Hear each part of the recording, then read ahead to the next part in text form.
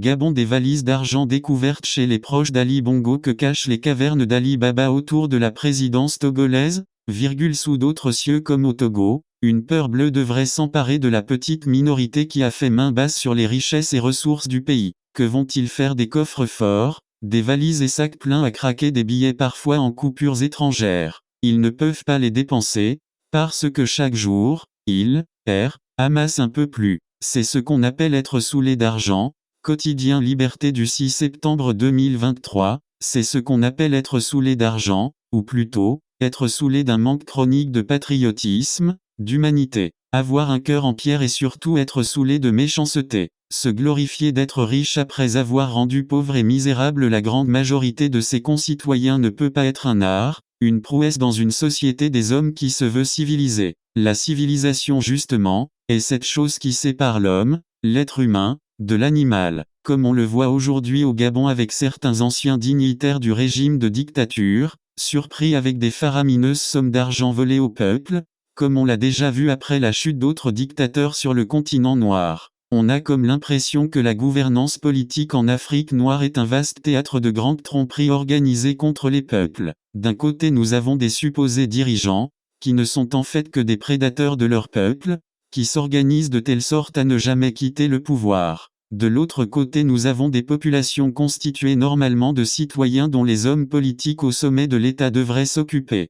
Au lieu de cela, le monde politique africain, surtout francophone, est devenu la jungle, où les plus forts, qui ne le sont devenus que par l'argent de tout le monde, écrasent les plus faibles. Le Cameroun, le Congo-Brazzaville, le Togo, voilà des pays où l'État n'existe que de nom, où tout est sens dessus-dessous, parlant des institutions de la République, où la malgouvernance chronique est devenue la norme, où des supposés présidents de la République se prennent pour des demi-dieux, alors qu'ils sont la cause du malheur de leur peuple. Hier, le Gabon était de ce club des pays où la morale politique, ou la morale tout court, a foutu le camp depuis longtemps. L'armée, surtout chez nous au Togo, par sa composition, par sa tradition répressive, a perdu tout attribut républicain et constitue aujourd'hui le socle dont le régime de dictature tire sa légitimité. Saura-t-elle profiter de l'ère du temps pour ne pas terminer dans la poubelle de l'histoire? C'est la grande question qui se pose aujourd'hui au Togo, dans la diaspora et dans toute l'Afrique francophone. La garde républicaine au Gabon vient de nous prouver qu'une armée,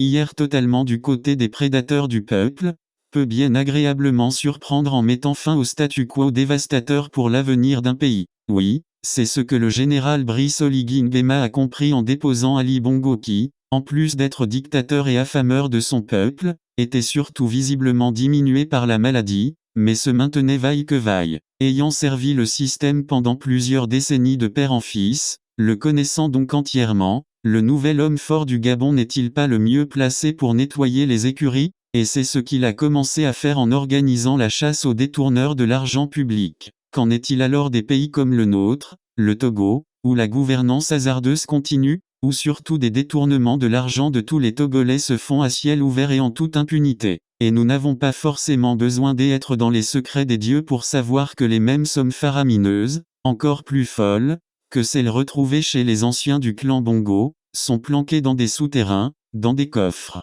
forts, dans des lieux insoupçonnés au Togo et à l'étranger par les seigneurs de la dictature qui ont pris notre pays en otage depuis plus d'un demi-siècle. Et c'était à juste titre que le quotidien Liberté, dans sa parution numéro 3857 du 4 septembre 2023, écrivait « Et l'impossible déclaration des biens et avoirs au Togo ». 6 mois après le démarrage, une poignée de personnes ont déclaré leur patrimoine. Elles étaient quatre autres personnalités prévues pour déclarer leurs biens et avoirs le 14 mai 2023 lors du démarrage du processus. Au finish, seul le président de la Haute Autorité de Prévention et de Lutte contre la Corruption et les Infractions Assimilées, APLUSIA, s'était acquitté de ce devoir ce jour-là. Les autres personnalités programmées pour la cérémonie, des membres du gouvernement, censés donner le bel exemple, pris d'une peur inexplicable, ont pris la tangente. Pourtant, selon les informations que nous avions eues à l'époque, le programme leur avait été bel et bien communiqué.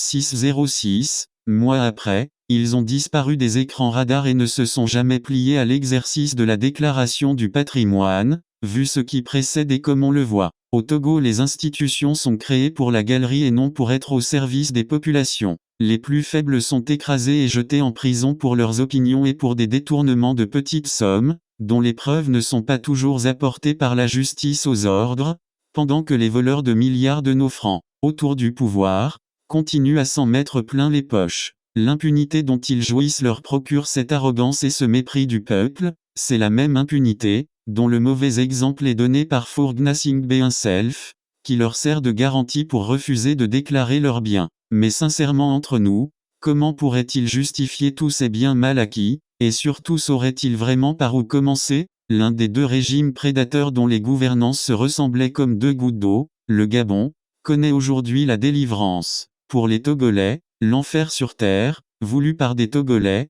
continue. Pour combien de temps encore? Samarit Tchadjobo.